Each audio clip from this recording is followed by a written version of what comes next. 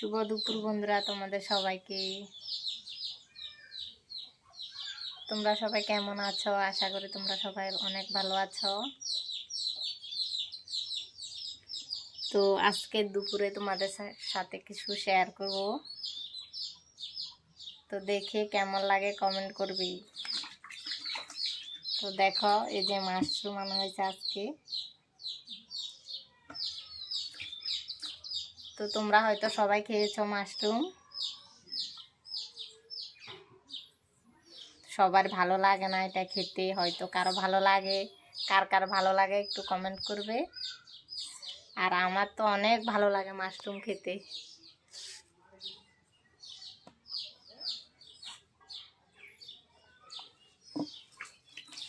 মাশরুমটা এখন এই যে বর্ষা সিজনে মাশরুমটা পাওয়া যায় বেশিরভাগ।